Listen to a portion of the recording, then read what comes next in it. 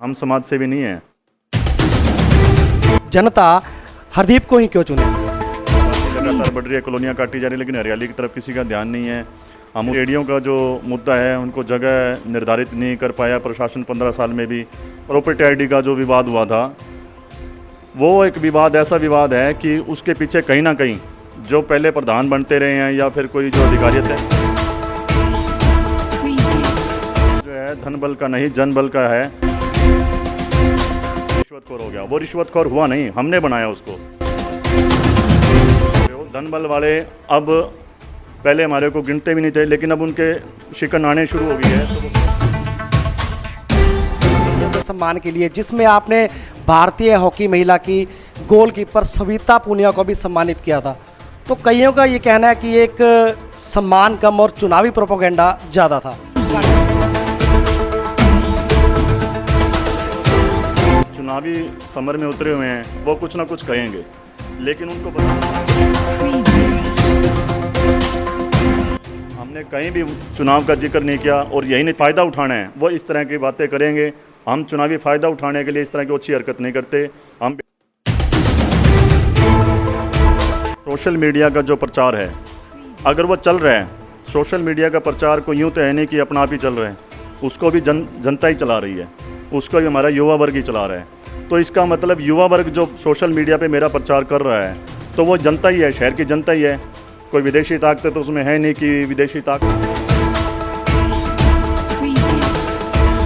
मैं समाज का व्यक्ति हूँ, किसी पार्टी का व्यक्ति नहीं हूँ। और मैं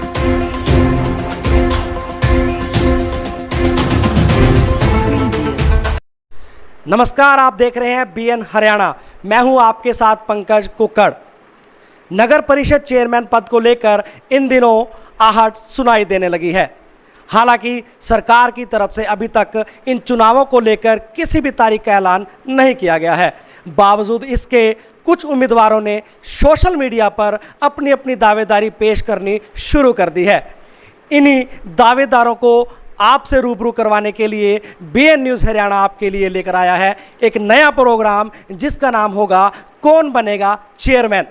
कौन बनेगा चेयरमैन के जरिए हम आपको उन शख्सियत से रूबरू करवाएंगे जो अपने आप में चेयरमैन बनने का दम भरते हैं। इसी कड़ी में आज हमारे साथ जुड़े हैं फतेहाबाद शहर के युवा समाज सेवी, जिंदगी संस्था के अध्यक्ष हरदीप सिंह। आइए हरदीप से जानते हैं कि इन चुनावों को लेकर उनकी क्या क्या तैयारी है। हरदीप जी, बहुत बहुत स्वागत है आपका BN हरियाणा में। बहुत बहुत धन्यवाद आपका। BN हरियाणा न्यूज़ का मैं आभारी हूँ। उन्होंने मुझे एक मौका दिया जनता के बीच में अपनी बात रखने का, और आपको बधाई देता हूँ कि आप जो है सभी उम्मीदवारों के बीच में इसी तरह से जाएं, उनके मुद्दे पूछें, ताकि एक जनता के बीच में तस्वीर क्लियर हो कि भी कौन कितना मजबूत दावेदार है। हरदीप जी, क्या क्या उद्देश्य आपके रहने वाले हैं और शहर की जनता हरदीप को ही क्यों चुने? उद्देश्य की जहाँ तक बात है कि शहर में नगर परिषद के लिए करवाने के लिए बहुत से काम हैं।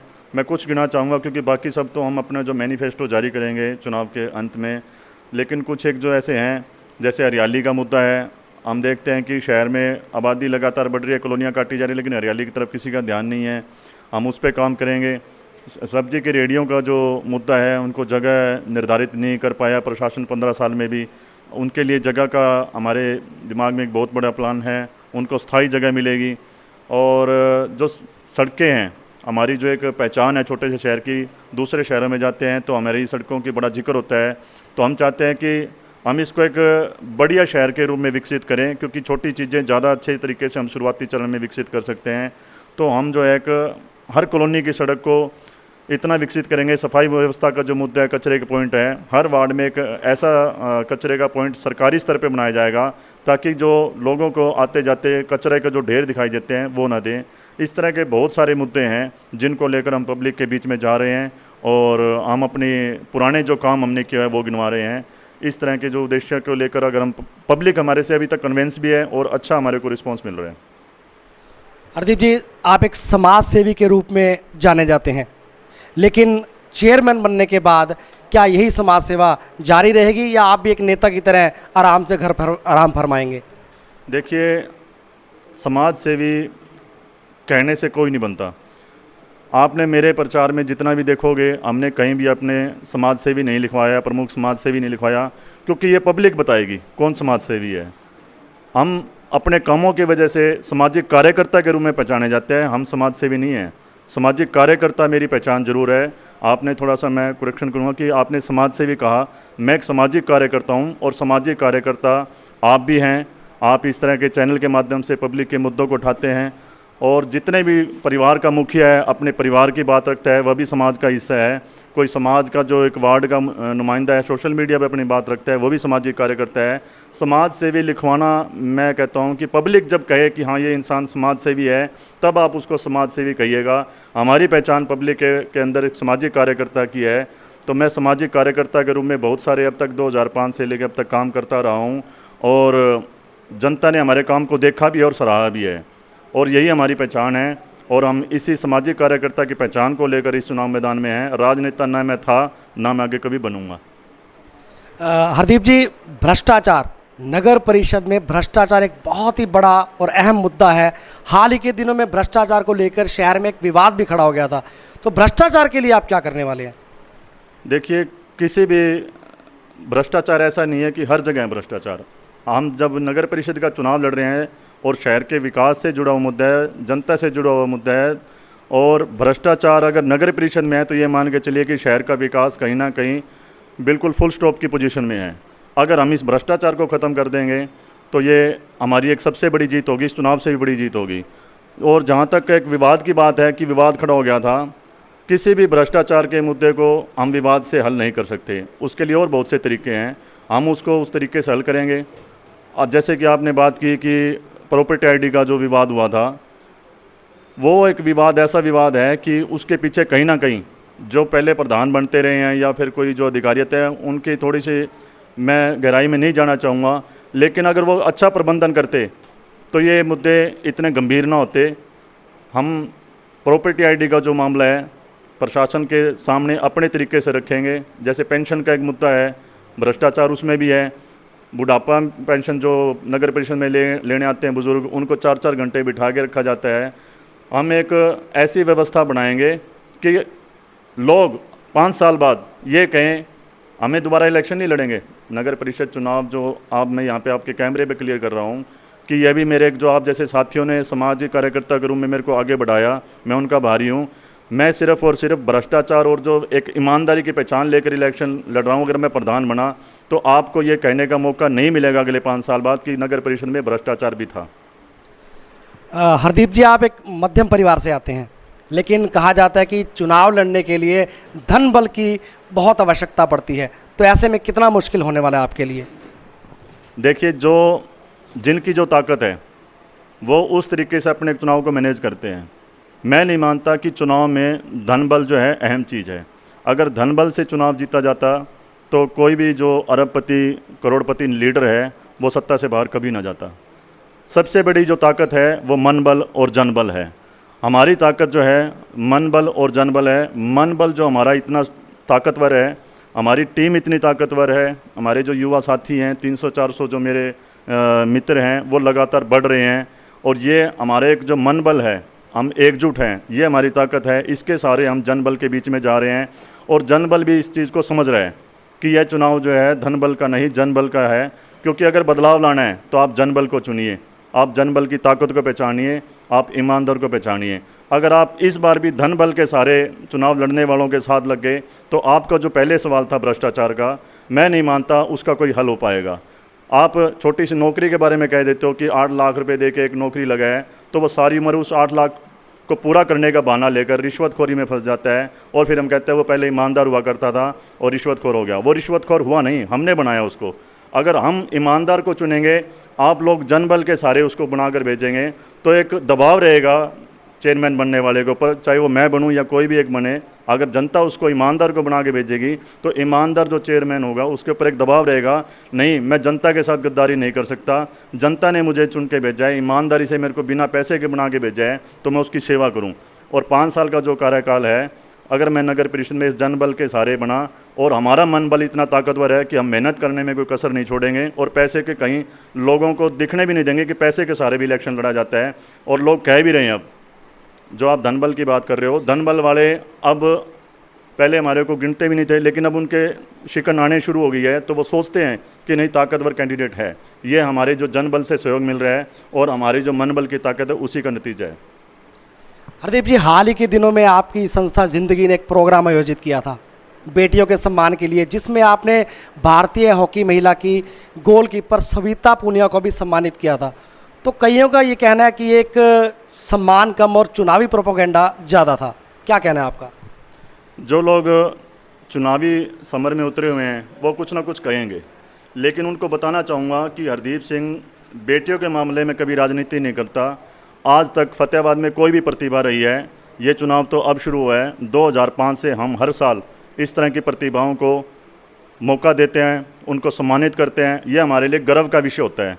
गर्व इसलिए होता है कि सिरसा, हिसार, फतेहाबाद बेटियों को प्रोत्साहित करता है, तो हम भी उनको प्रोत्साहित करें। जो लोग इसको राजनीति, हमारे किसी भी बैनर में राजनीति नहीं थी, हमने कहीं नगर परिषद प्रत्याशी नहीं लिखवाया, हमने कहीं भी चुनाव का जिक्र नहीं किया, और यही नतीजा था कि उसमें 400-500 जो लोग हैं वो वहाँ पे इकट्ठा हुए, अलग अलग संस्थाओं के जो लोग आए। हमारा एक सामाजिक कार्यक्रम था पिछले साल, जो है मनीषा पायल हमारे क्षेत्र की बेटी एवरेस्ट फतेह करके आई। शहर के किसी भी नुमाइंदे ने, किसी भी संस्थान ने उसका सम्मान करने की नहीं सोची। हमने उसके सम्मान में 4-5 प्रोग्राम किए, और उसी की बदौलत आज वो भी गदगद रहती है। हम एक आवाज़ पे हमारे आती है। उससे पहले दीपेश राय जब वॉइस ऑफ पंजाब बना था, तो तब भी कोई चुनाव नहीं था, तब भी हरदीप सिंह ने जिंदगी संस्था के माध्यम से उस भाई को भी, हमारे छोटे भाई को, बड़ा प्रोत्साहित किया था। तो जिन लोगों ने चुनावी फ़ायदा उठाना है वो इस तरह की बातें करेंगे। हम चुनावी फ़ायदा उठाने के लिए इस तरह की अच्छी हरकत नहीं करते। हम बेटियों का सम्मान करने के लिए, इलेक्शन आ रहे या ना आ रहे, हम जीते तो भी करेंगे, हारे तो भी इन बेटियों का सम्मान इसी तरह करते रहेंगे। हरदीप जी, एक बात और, सोशल मीडिया पर चुनावी प्रचार आपका बड़ा जोर शोर से चल रहा है, लेकिन धरातल पर आप इसे कितना आंकते हैं? देखिए, सोशल मीडिया का जो प्रचार है, अगर वो चल रहा है, सोशल मीडिया का प्रचार को यूँ तो है नहीं कि अपना आप ही चल रहा है, उसको भी जनता ही चला रही है, उसको भी हमारा युवा वर्ग ही चला रहा है। तो इसका मतलब युवा वर्ग जो सोशल मीडिया पे मेरा प्रचार कर रहा है, तो वो जनता ही है, शहर की जनता ही है। कोई विदेशी ताकतें तो उसमें है नहीं कि विदेशी ताकतों से ये जो चल रहा है, और हमारे पास इतना कुछ संसाधन भी नहीं है। कुछ कैंडिडेट जो कहते हैं कि तंत्र है, तो जो तंत्र है हमारा ये जनता ही है, और जनता सोशल मीडिया पे इतना हमारे को सपोर्ट कर रही है, तो वो शहर की जनता है, ना कि कोई बाहर की जनता है।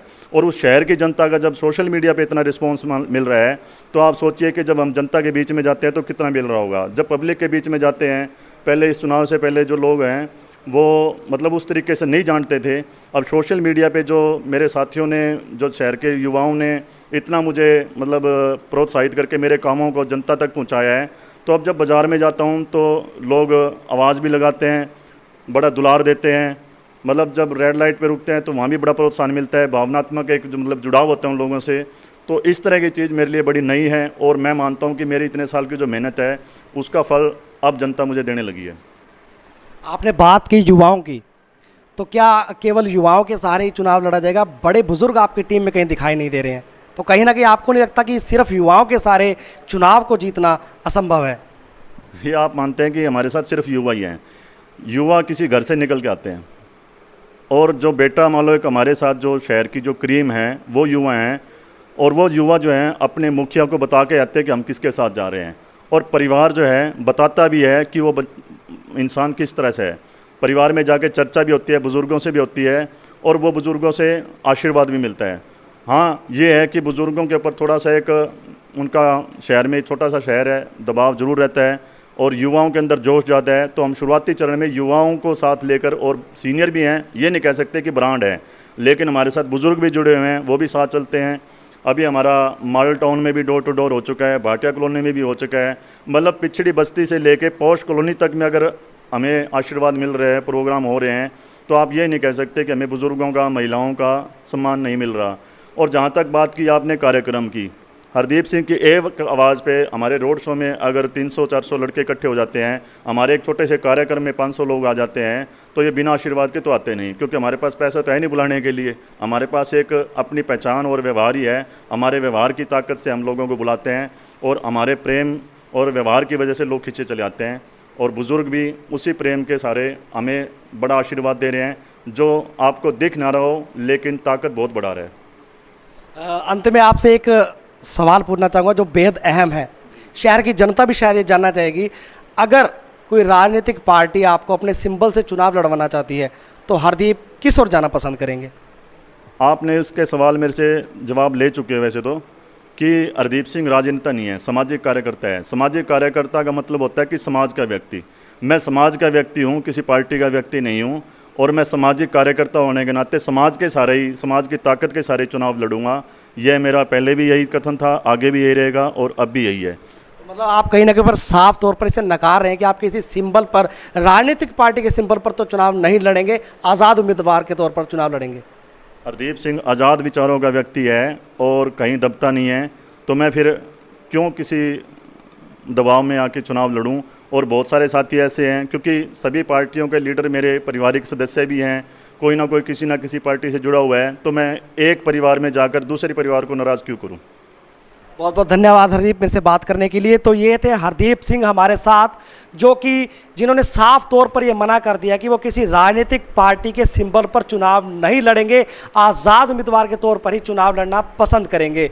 इस कड़ी में आज हमारे साथ इतना ही। अगले प्रोग्राम में आपको एक नई शख्सियत से मिलवाएंगे। तब तक आप देखते रहिए हमारा प्रोग्राम कौन बनेगा chairman, BN news Haryana, Fatehabad.